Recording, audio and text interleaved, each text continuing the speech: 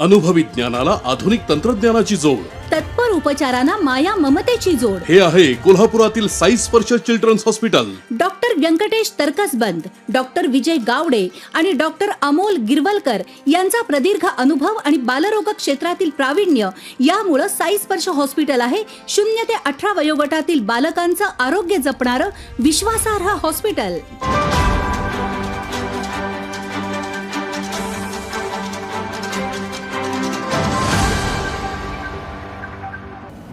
झालेल्या या सगळ्या प्रकाराचं किंवा तोडफोडीचं मी काही समर्थन करत नाही, परंतु शिवभक्तांना हे अशा पद्धतीचं अतिक्रमण काढण्यासाठी आंदोलन करावं लागतंय हेच मुळात मला दुर्दैवी वाटतं.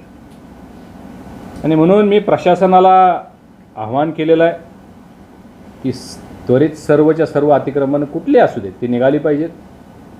आणि फक्त विशाळगड नाही, पन्हाळगडासह राज्यातल्या अन्य गडांवरती जी अतिक्रमण झाली असतील तीसुद्धा काढली गेली पाहिजेत. यासाठी माझा प्रयत्न असणार आहे.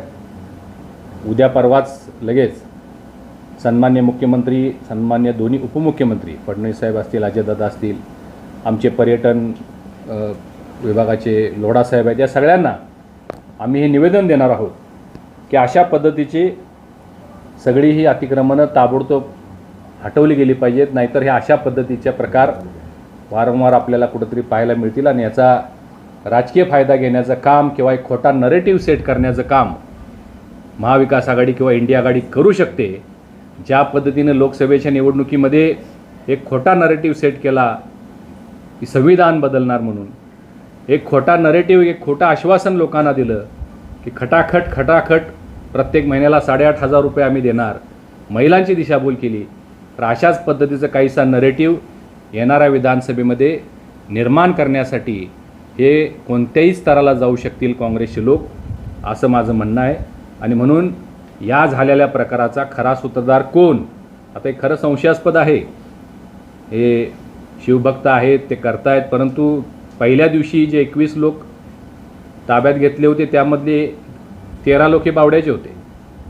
त्यामुळे या सगळ्याचा खूप मोठा संभ्रम निर्माण झालेला आहे.